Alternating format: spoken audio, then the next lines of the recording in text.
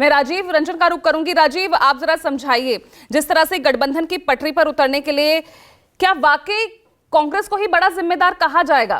क्योंकि एक तरफ पंजाब के लिए एक चरो का नारा दीदी ने दे दिया है, बिहार, अगर मैं बंगाल की बात कर रही हूं, पंजाब के लिए यहां पर भगवंत मान वो साफ कर देते हैं 13-0, कोई गठबंधन यहां नहीं होने वाला, वो इस बात का ऐलान कर देते हैं। इससे पहले पंजाब कांग्रेस इकाई है, वो भी लगातार इस तालमेल को लेकर उसके पक्ष में दिख नहीं रही थी। अब बंगाल और पंजाब के बाद बिहार से भी कुछ अच्छी खबरें वहां से भी नहीं आ रही है। हालांकि आप संकेत दे रहे थे कि कुछ ना कुछ सेटलमेंट वहां पर होता नजर आ रहा है, लेकिन जो खबरें आ रही हैं, नीतीश कुमार की नाराजगी, आरजेडी के सामने सीटों का बंटवारे को लेकर जो असमंजस की स्थिति बनी हुई है, वहां से भी कुछ अच्छी खबर है नहीं।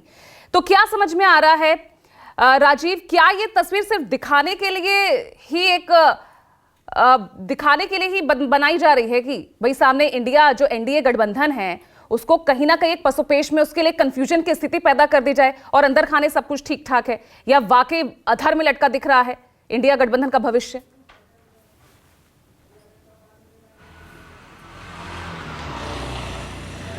देखिए पूजा, इस देश में जितनी भी पार्टियां हैं, जितने भी राजनीतिक दल हैं, या तो वो कांग्रेस के विरोध से उपजे हैं या कांग्रेस से ही निकले हुए हैं। तो इस स्थिति में जब रीजनल पार्टीज अपने अपने क्षेत्रों में मजबूत हुई हैं तो कांग्रेस वहाँ पर कमज़ोर हुई है। अब सवाल ये उठता है कि पश्चिम बंगाल में जब राहुल गांधी की भारत जोड़ो न्याय यात्रा पहुँचने वाली है, उससे एक दिन पहले पश्चिम बंगाल के मुख्यमंत्री ने ऐसा ऐलान क्यों किया?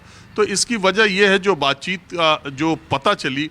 देखिए, कांग्रेस पार्टी का पश्चिम बंगाल में कभी वामदल और कभी टीएमसी के साथ रिश्ता रहा है। आपको याद होगा, थोड़ा पीछे मैं ले जाता हूँ, 2004 की मनमोहन सरकार जब बनी थी तब ममता बनर्जी अकेली सांसद जीती थी। बीजेपी के साथ रहने का खामियाजा उनको भुगतना पड़ा और कांग्रेस ने वामपंथियों का समर्थन लिया। लेकिन जैसे ही कांग्रेस ने एटमी डील में वामपंथियों ने अपना समर्थन वापस लिया, ममता बनर्जी कांग्रेस के नज़दीक आई और 2009 का लोकसभा चुनाव साथ साथ लड़ा।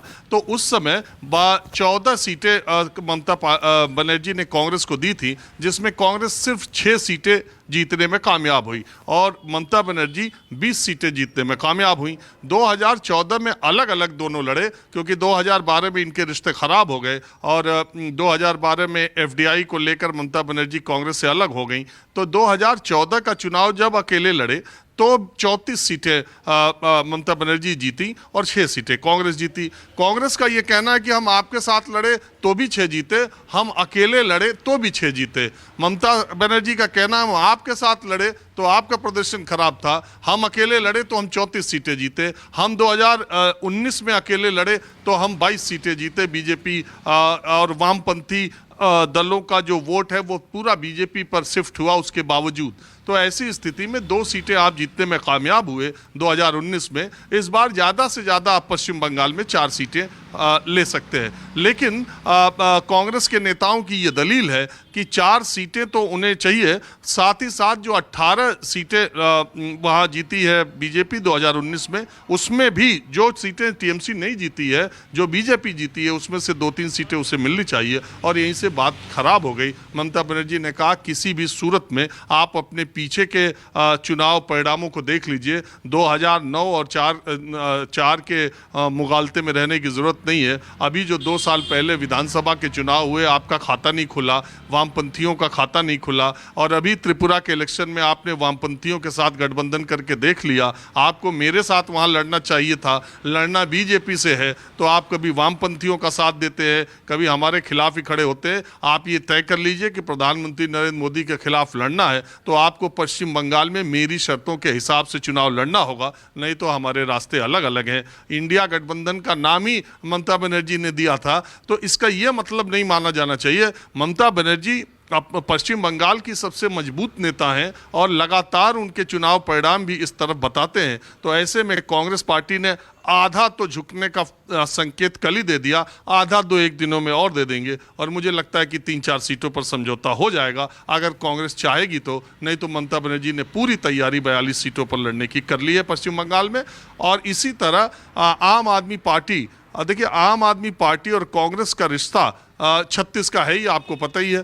कांग्रेस को ख़त्म करके ही आम आदमी पार्टी खड़ी हुई है। ऐसी स्थिति में जब आम आदमी पार्टी की पंजाब में सरकार आई है तो सबसे ज़्यादा उन्होंने जो एक्शन लिया वो कांग्रेस नेताओं पर लिया। कांग्रेस के नेताओं की जो बैठक हुई थी उसमें ज़्यादातर इस पक्ष में नहीं है कि अरविंद केजरीवाल की पार्टी के साथ समझौता किया जाए। एक तकनीकी इसमें दिक्कत ये भी है कि 2019 में 8 संसदीय सीटें कांग्रेस जीती, सबसे बड़ी पार्टी पंजाब में कांग्रेस रही लोकसभा के लिहाज से। तो इस स्थिति में जब वहां पर इतनी ज़्यादा सीटें आम आदमी पार्टी जीत के विधानसभा में पहुंची है तो वो 8 सीटिंग सांसदों के लिए वहां पर सीट कैसे छोड़ सकती है। तो ये व्यवहारिक दिक्कत है। मुझे लगता है इसीलिए ये फैसला हुआ कि पंजाब में अलग अलग लड़ा जाए। शायद दिल्ली में दोनों में समझौता हो जाए, अभी ये कहना नहीं है। लेकिन ये जरूर इंडिया गठबंधन के नेता ये देख रहे हैं कि जो लड़ाई है वो बीजेपी के साथ आमने सामने की हो, इसका ख्याल ये रखेंगे चुनाव तक। सीटों का गठबंधन का मामला,